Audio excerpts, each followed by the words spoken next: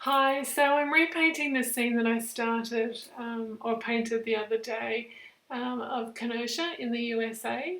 There were several things I weren't happy with this painting. I'd overworked the roof, the vehicle wasn't fantastic, and rather than flog a dead horse, I'd rather just start it again. There's some things I really love about this picture and has drawn me to paint it, and that's I love boats and boats on dry docks.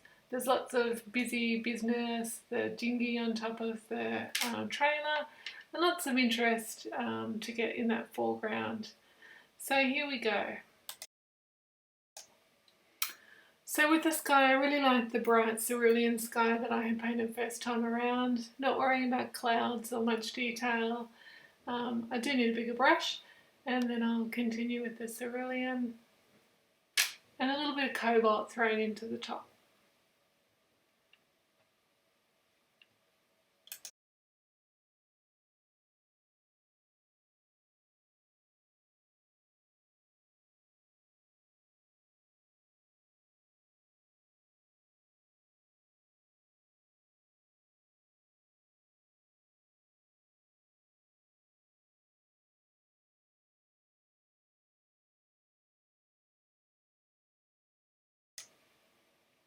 I'm coming down under the tree line now and making sure that I've got blue that will peek through any holes in the trees. I don't want to cut around the trees and then have white paper showing in the gaps.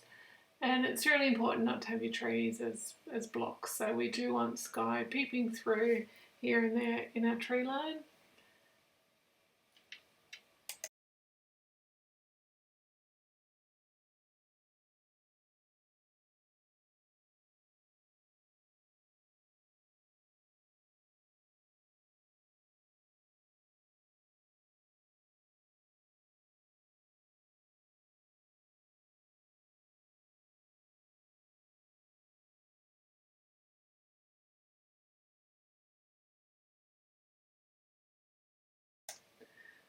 Green gold's one of my favourite colours to pop in as an underwash of the trees. It's quite luminous in colour, and I'm just going to put that as a planning stage in there so that it glows through when I do more detail on the trees later and shrubs. Okay, so enough rambling about colours. Basically, from coming from me, an art expert, all you want to do is make sure that your trees are just like a cloud of broccoli. Like as you see the shape of the cloud there just above the roof.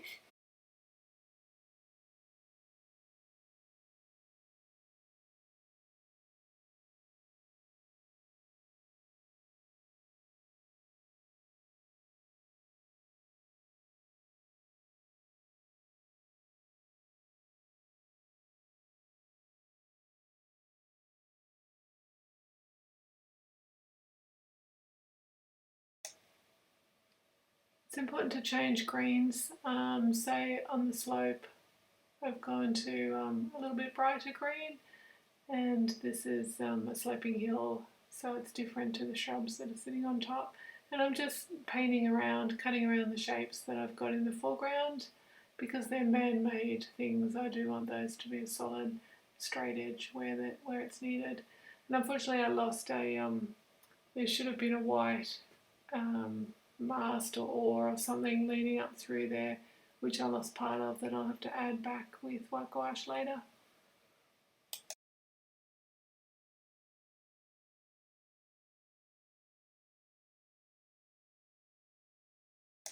So here I'm thinking about where to start next while that's dry. I've got shadows on these buildings, the front faces of the buildings, under the eaves, and that's really important to link all of those up. So none of that touches the green, so that's the great place to start next. And my general shadow mauve colour is Ultramarine with Alizarin crimson.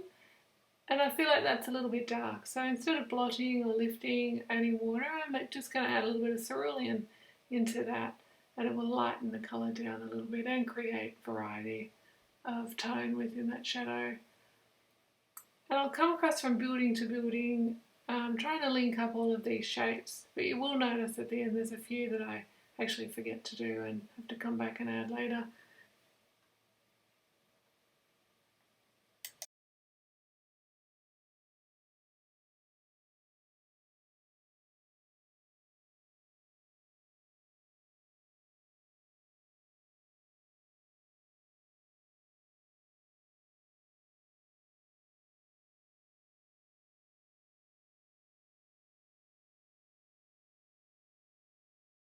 I've added some Naples yellow to warm the shadow up on the boat that's in behind the trailer and the dinghy, so that there's a variety of colour within the shadows.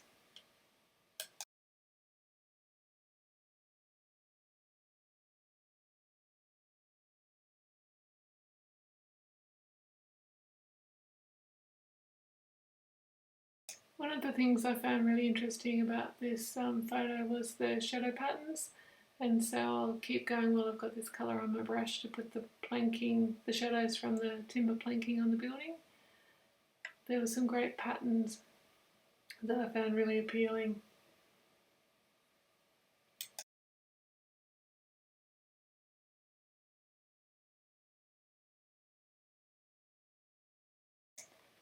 At this point, it just seems like she's painting all the buildings the exact same colour. Like that purple. Does every building need to be purple? Like, mix it up, Cheryl.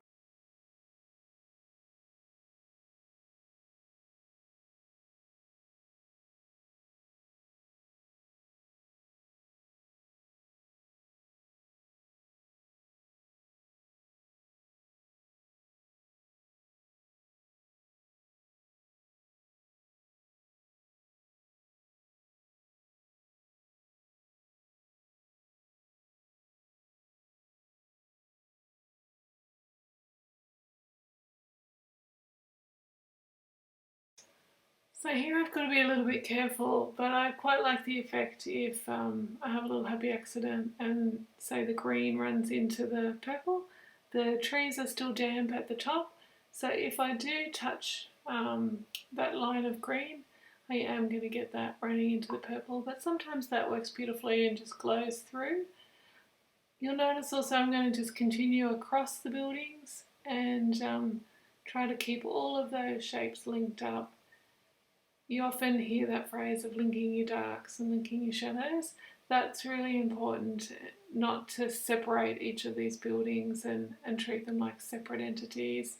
They're all in the shadows, so there's less detail. It works better to paint them as one big shape. And you can see there that green's bleeding down, but it will give it an interest in the mauve of the shadow, so I'm not worried about it at all.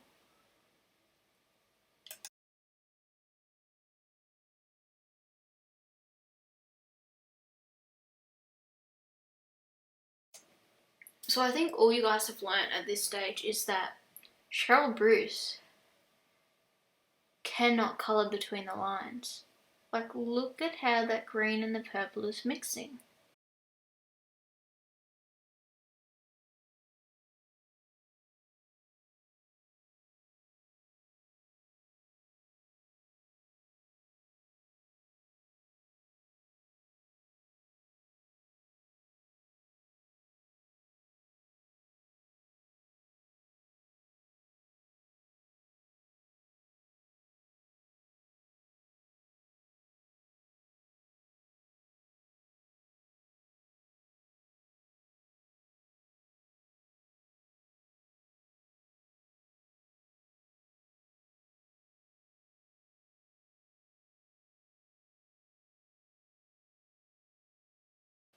Okay, so now she's, of course, painting everything purple still.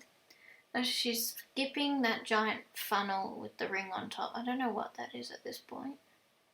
Can't quite work that out. But she's skipping it, so make sure you skip the funnel with the ring, guys. Make sure you do it.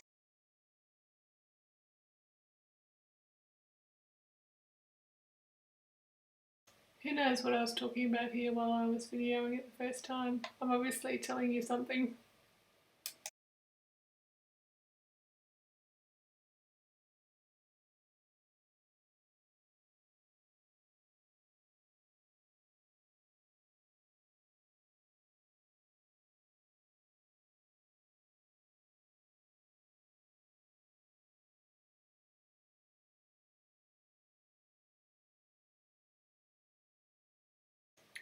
And I'm allowing the green to bleed into the purple there without worrying about letting it dry fully.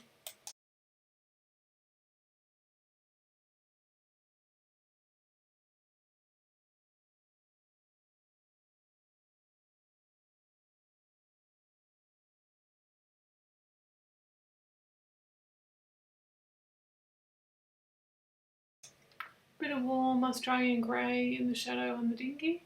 It's a very pale boat, but I don't want to leave it white in the painting against the white building. And if you drop one colour into the other rather than mix them on the palette, the colours glow through much more than what they do mixed on the palette. So you'll see the warmth come through that purple of the shadow part of the dinghy.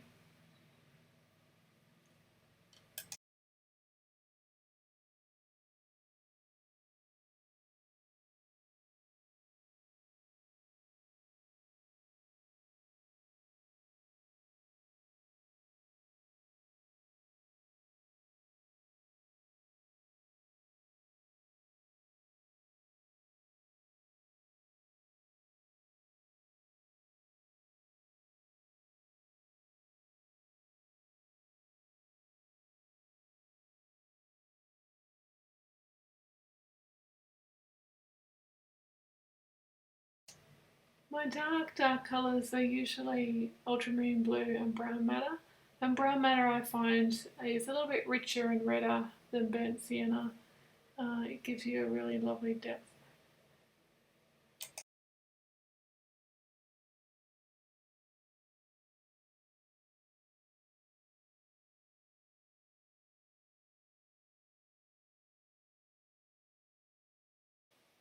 Okay, so she's painted, I don't know, is that a trailer? I think that's a trailer with something on top, like a canopy on top.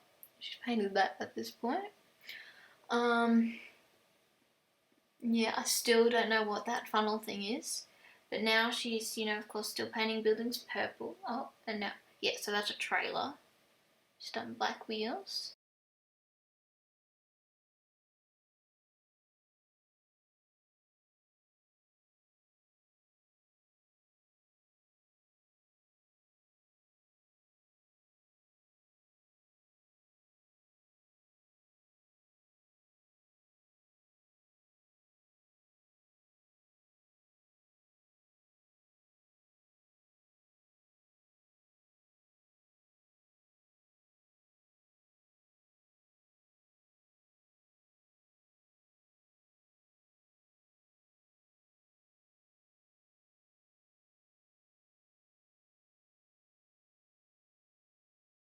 And it's about this time, this point in time, where I realised that I've forgotten to put the underwash on the foreground.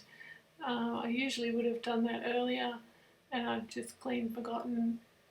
It's really important though to put the shadow on at the same time as the wheels or the tyres so that they bleed into that shadow. They tend to look much more authentic. So I'll have to come back later when this is all dry and put a foreground wash on over the top of this.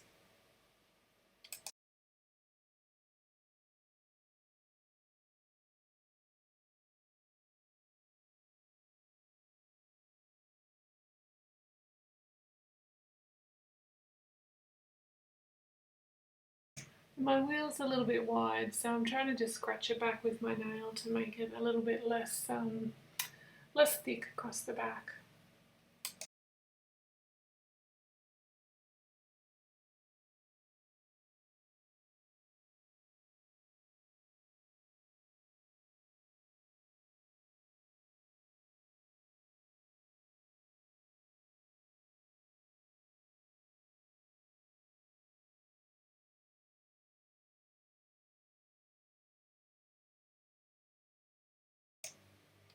Cerulean is a fantastic colour to give the indication of shine. So even though this part of the boat is going to be red and quite dark red, it's a shiny paint. So cerulean peeping through in some areas where the light's hitting will help to give that sense of a shiny object.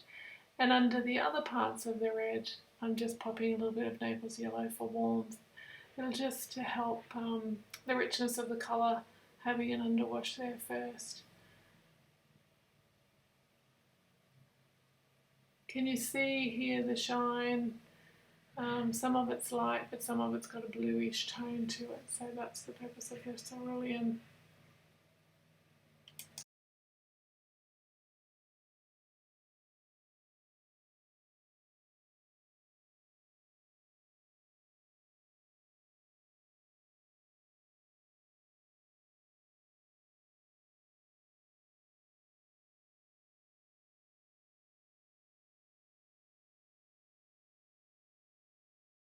On the same front of the black, on the bottom part of the boat, or the hull, I'm not 100% sure of the names of all the parts.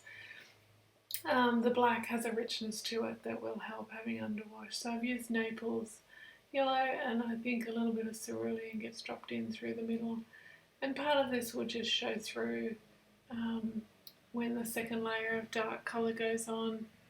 I realise now I've forgotten some of my shadow bits, so just popping that in.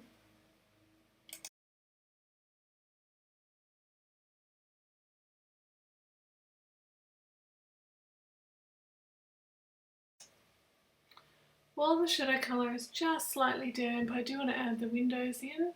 If I wait till it's fully dry, they're a little bit harsher, sit on the surface of the paper more. This is with my dark mix of ultramarine blue and brown madder. When I pop it on the dormer window, the paint is wetter. I did those shadows later, so it doesn't hold its shape, and I'll come back to that area.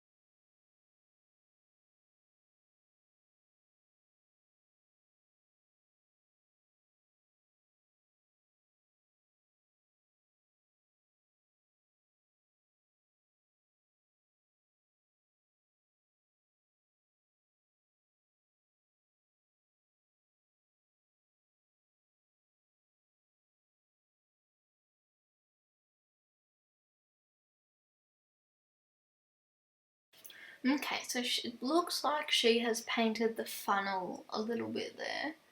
And also, you know when you look at one of those like brain tricks, and it's like you look away and then you look back at it and you see what it's trying to show you? Well, this painting is like one of those brain tricks. See, for me, when I first looked at it, all I saw was, oh, she's painting the buildings purple. But now I see it's shadow. Like looking at it as she's painting it, it's shadow. So, you know, it's just like one of those mind tricks.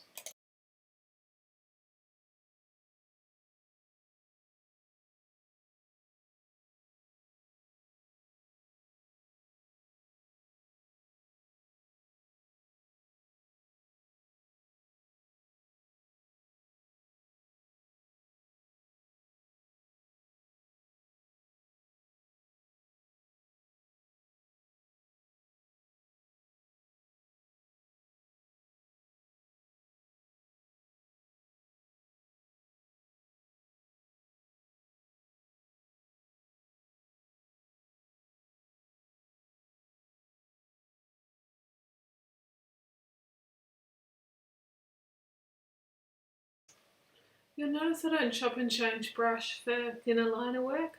I just turn the brush sideways if I want a really thin line and use the chisel.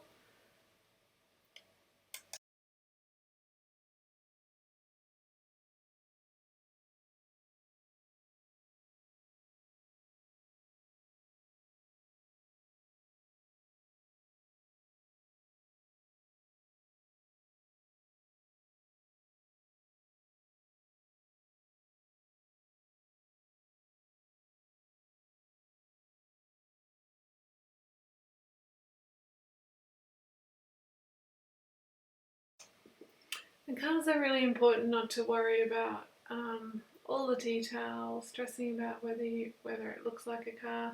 It's really just a box or a cube with another box on top, and painting it all wet in wet, letting the colours bleed into each other generally makes for a much more successful car painting. Not car painting, but car in your painting.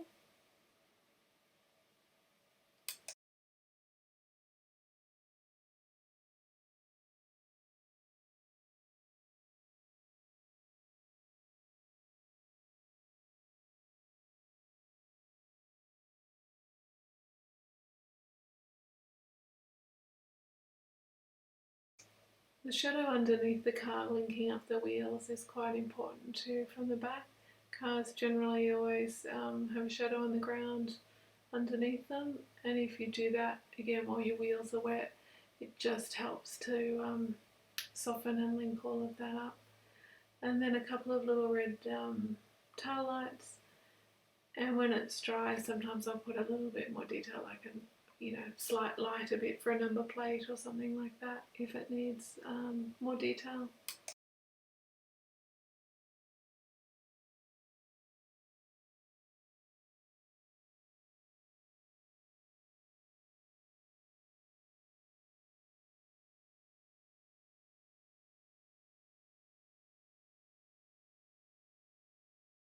Okay, so now we've got some cars in there. Now I still haven't figured out what the funnel is, but I'm sure I'll see in a sec.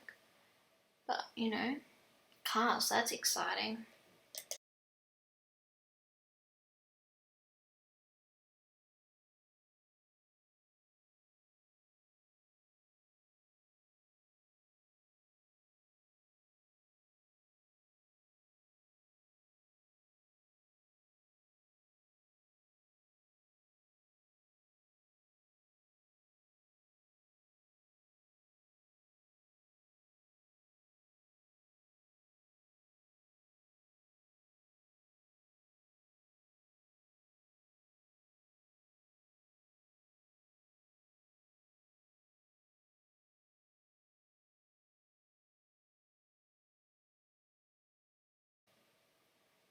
Okay, so now she's painting the funnel. I called it just before.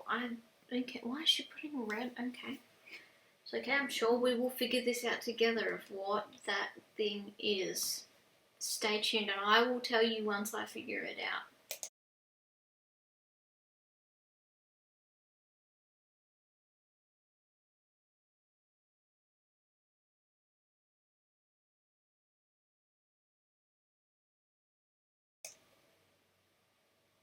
On the boat there's a range of reds. I think this was Cad Red Light as I started with the bit right at the back.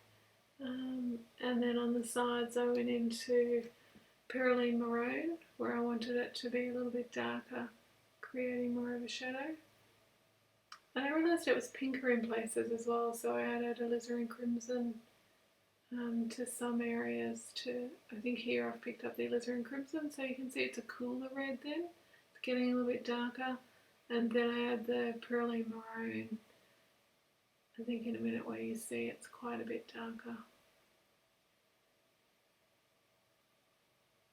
And this is just probably clean water on the brush, spreading that red a little bit. You've got to watch with red because it can look very faded once it dries. So the Cad Red Light's quite effective. There's the Pyrolene Maroon going in, so it's a fabulous dark red.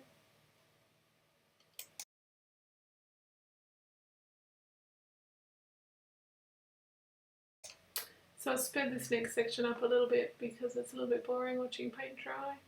I'm just trying to create form with this, so some lights and darks within the red, and then into the black the same. I add some yellows and blues as well as the dark.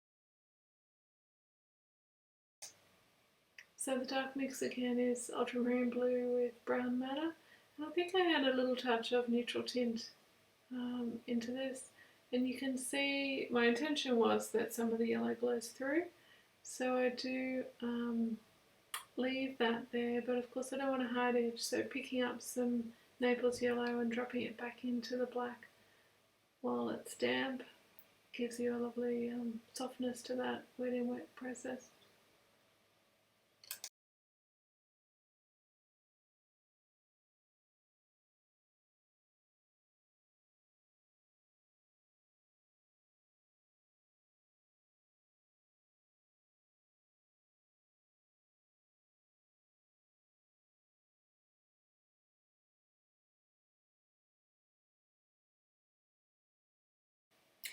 Okay, so it seems like the funnel is being held up by some sort of contraption that she's currently painting.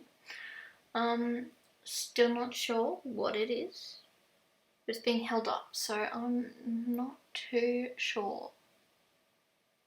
Oh, she's flicked her brush. Lots of just lines, really. Lots of lines.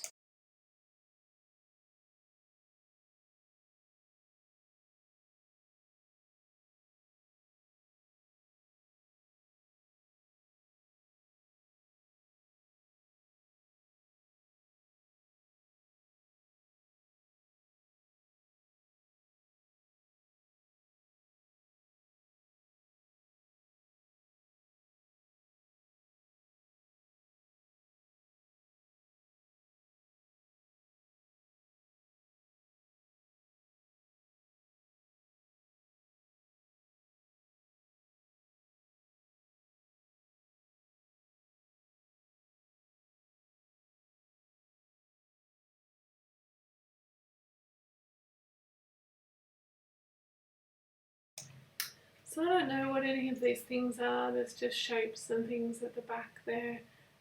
There's some kind of a shelf with tubs and containers on it. So it's just dots and dashes of colour really to create that interest in the middle distance.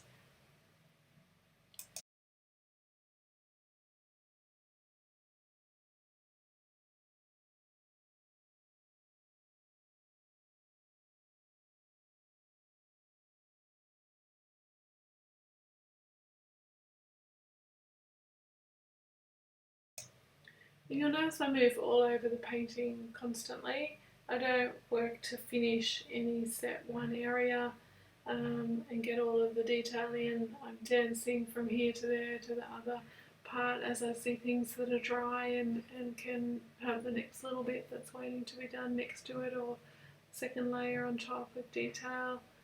I think that helps you to not overwork certain areas that might not need it at the end.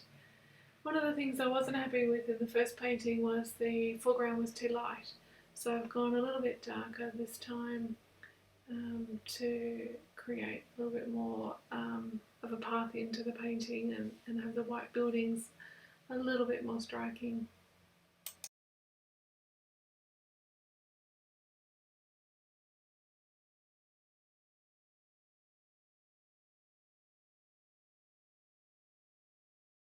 The painting is definitely coming along.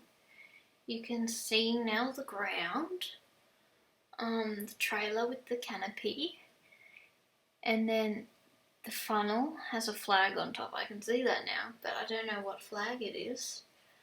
Yeah, there's some trash bins over there. Yeah, so this thing's coming along. We'll soon find out what the funnel is.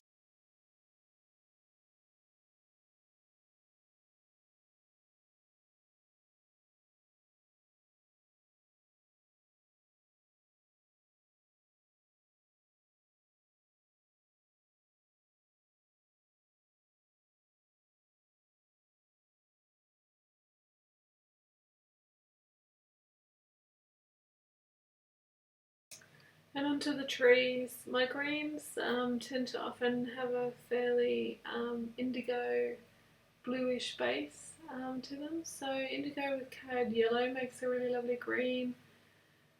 And then sometimes I'll drop a variety of colours in if I want it brighter, a little bit more yellow, or some green gold. And I have a lot of actual greens on my palette. Permanent green lights, the other green that I do have some of. I'll often drop some cerulean or turquoise into that if I want to brighten or make it a little bit more shadowed blue. But I just use the brush on the side and drag it across the paper so that you get those lovely broken edges to the strokes. And I want to try and not go into a tree a third time. So the first wash was the green gold underneath. And whatever else I want to do to that tree, I want to get in this wash now that I'm doing. If I go back a third time, it will deaden it. I could do the trunks later, but sometimes they work just as well to do them now while it's damp.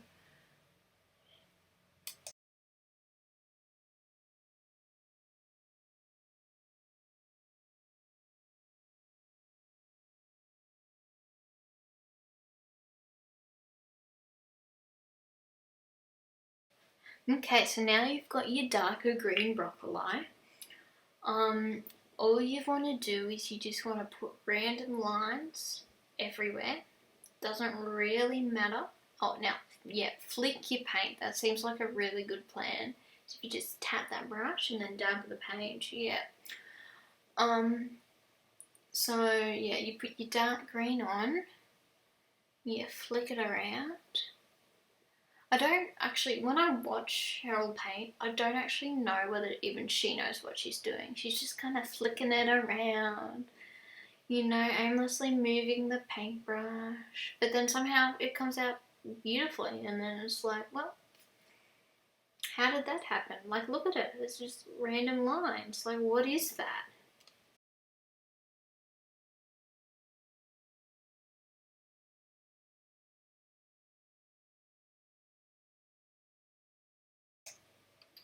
Where the tree ran into the roof line a little bit, you've got to restrain from using your brush and water to clean that up because the green would just keep troubling. So paper towel and pressing that sharply on the edge is the best way to fix that.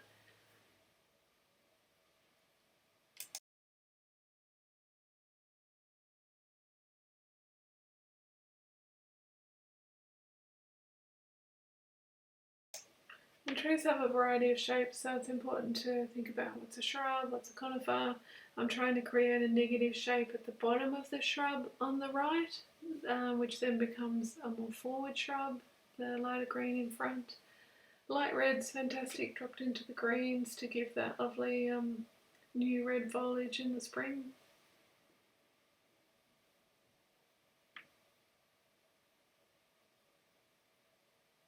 And so here again I'm trying to cut it around a more forward shrub.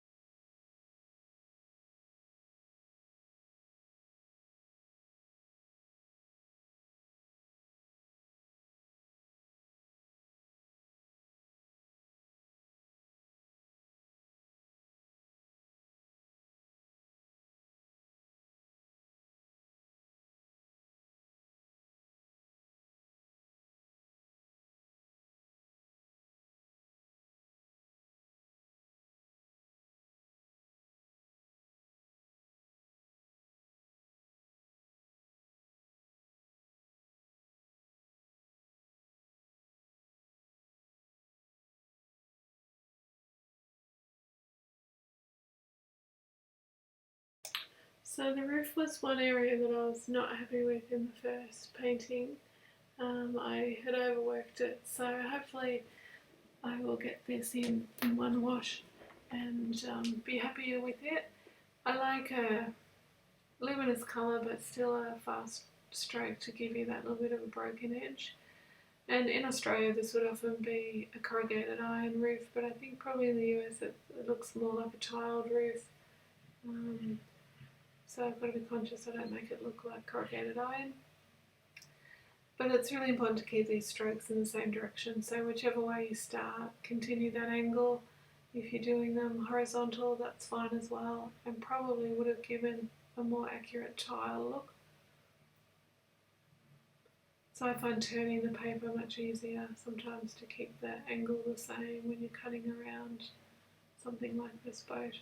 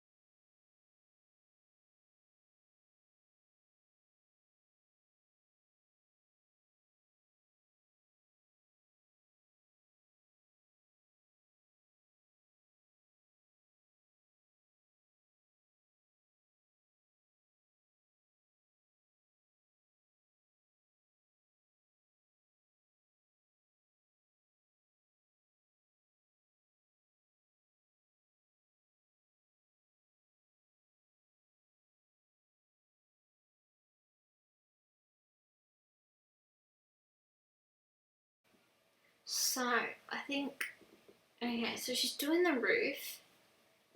The funnel now has a second bit to it, so it's like a funnel holding. Oh, she's flipped it because different perspectives, guys. Once you get a different perspective, a new idea might come to mind, and you might see something that needs doing. But the funnel, it looks like it's holding a UFO with a flag on it, like. So I don't know what this place is that she's painting, but honestly kind of want to go there. I mean, if they have a UFO, I'm keen.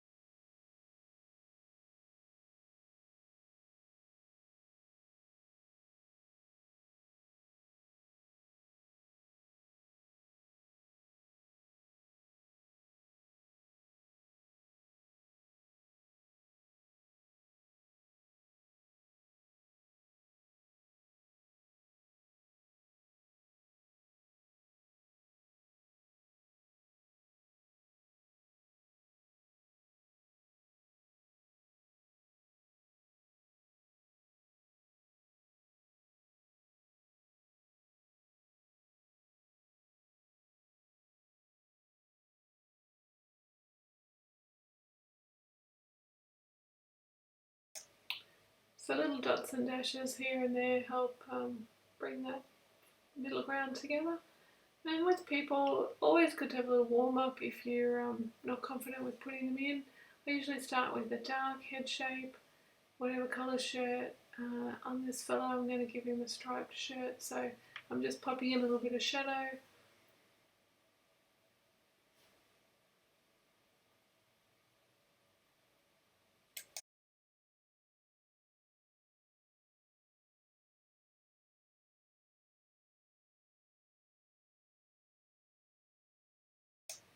Use thicker and drier paint then for the legs, so that if I get a broken dry brush stroke, it gives it more of a sense of movement.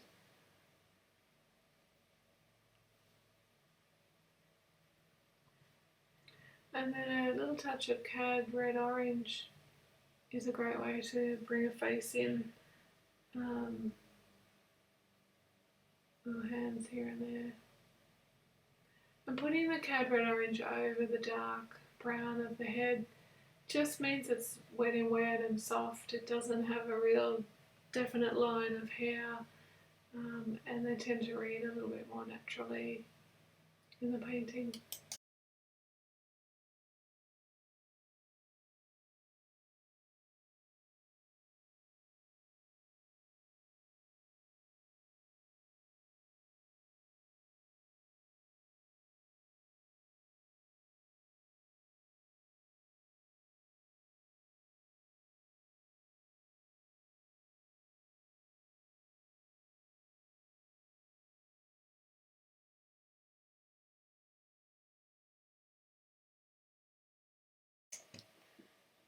Okay, so she's working more on that funnel. I really still don't know what she. Oh no, she's not. She's. Well, is she? Can't she tell? Maybe it's the shadow of the funnel on that building. Mum really does like doing a lot of shadow work in her shadow. I don't know what that would be called. Shadow stuff in her work. Which I'm gonna guess if she's painting from a photograph, she needs to. But like, you know, every painting, so much shadowing. So she's put a bit of teal in there. I don't know why.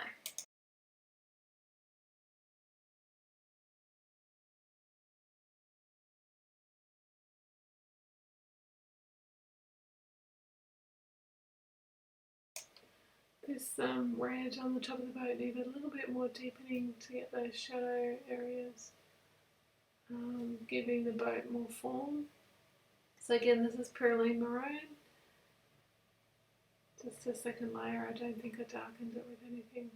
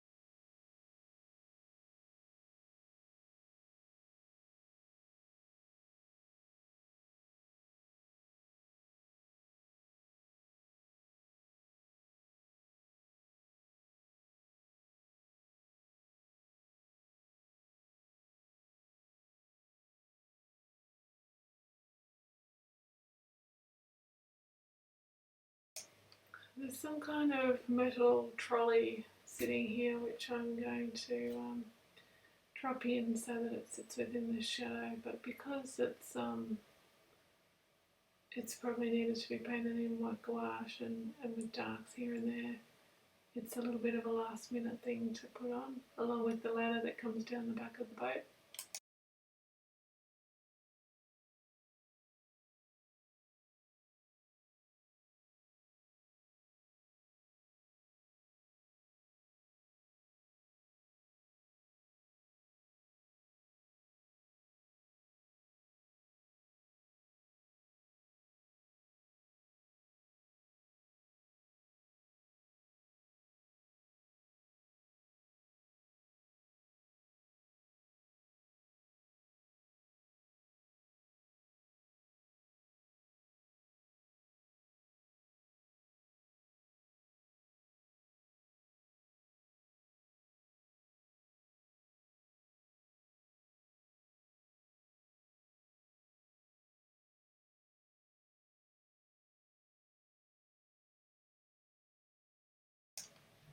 So who would know what all this stuff is over on the side? Some kind of rolled up canvas or fabric on trestles.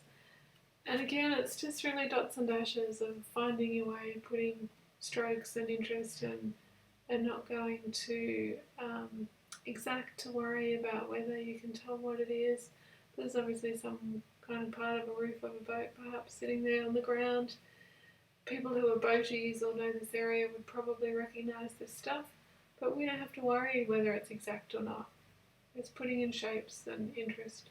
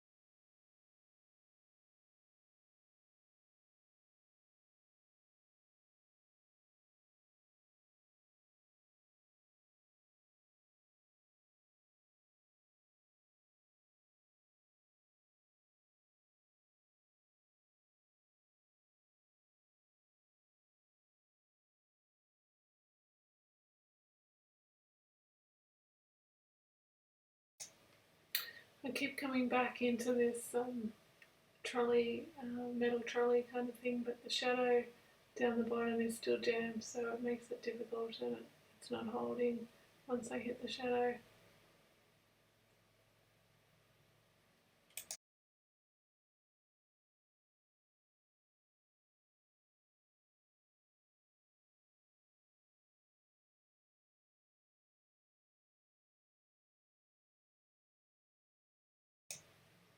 White gouache is fabulous used just straight out of the tube. You can see I'm holding it in my left hand. I'll put it on the palette or on a separate palette if I want to mix it with a colour like a blue or a yellow to make a real sunlit light or a shadow light.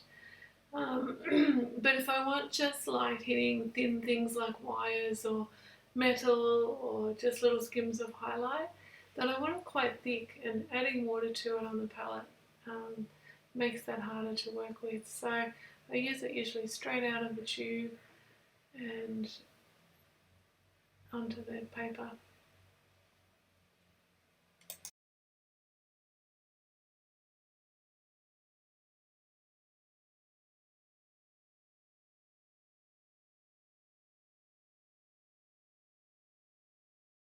In the first painting I had that additional ladder positioned much better, but I didn't have as much space in this drawing, so it's not as lovely a feature as the first time around. Okay, so don't forget dots and dashes, guys. Dots and dashes everywhere. That's what Mum does, and that's what really makes her paintings. And I just realised I've forgotten part of the roof here with the red, so I'm going to pop that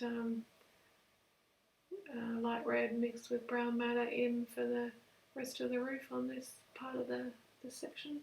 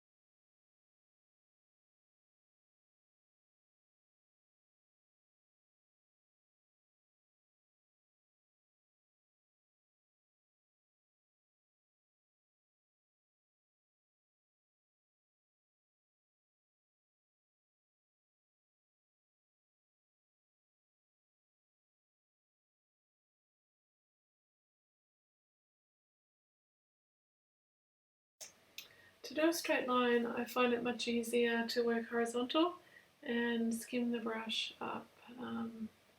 It's much easier sideways than a vertical line with the painting upright.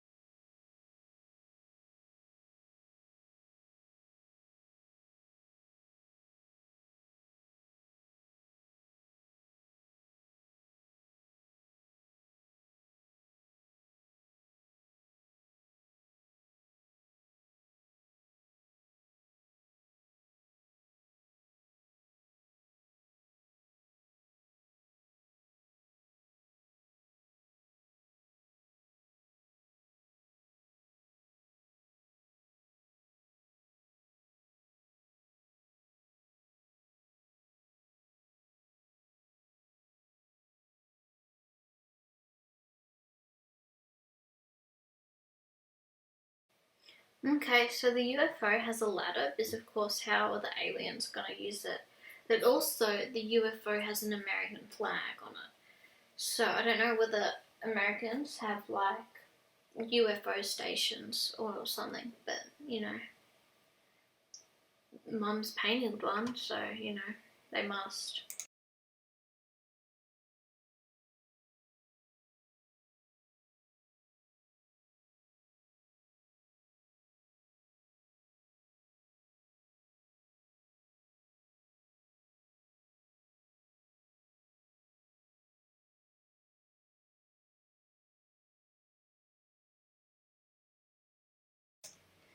And can you believe the shadow's still wet here? So the wheels that I'm trying to pop on this trolley just keep softening out, and I keep coming back and darkening them up and adding them again.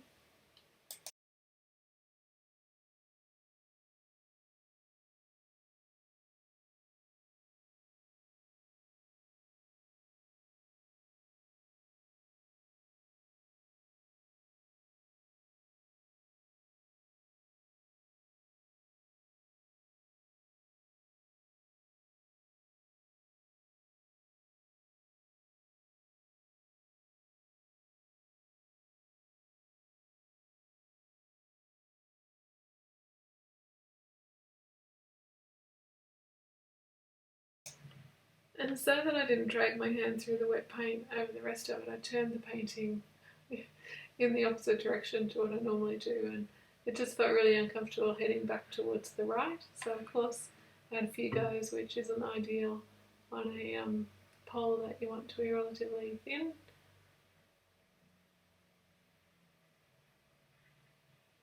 This would be my comfort zone in that direction to get a nice straight thin line.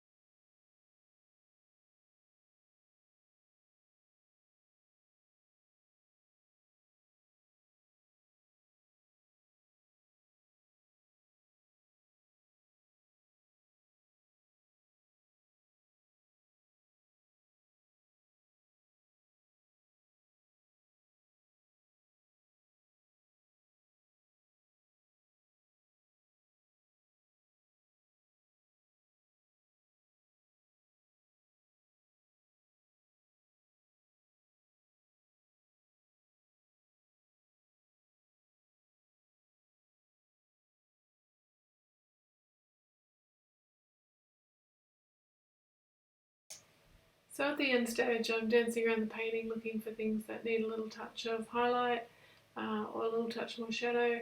So along the front plane of that timber, is important that timber's three-dimensional.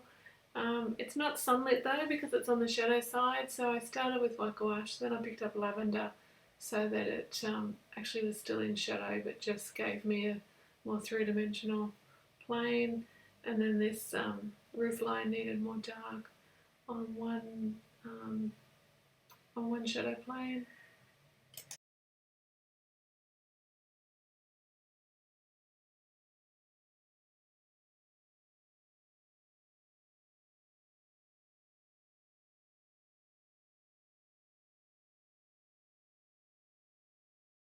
I felt like this shadow wall needed a darker tone as well, so just with a little bit more purple on that.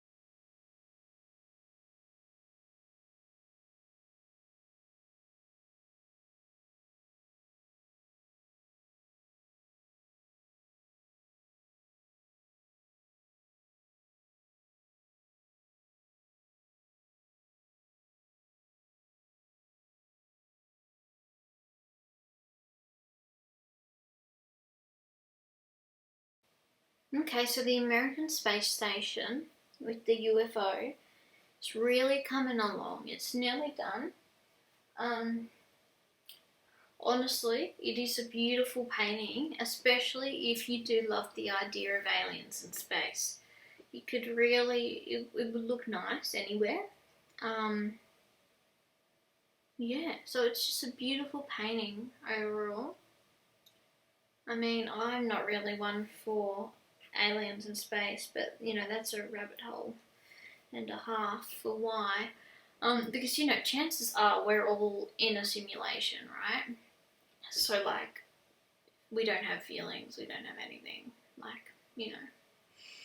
So aliens, it seems like such a far stretch. So you know, but it'd be cool to visit this place wherever it is. See some UFOs.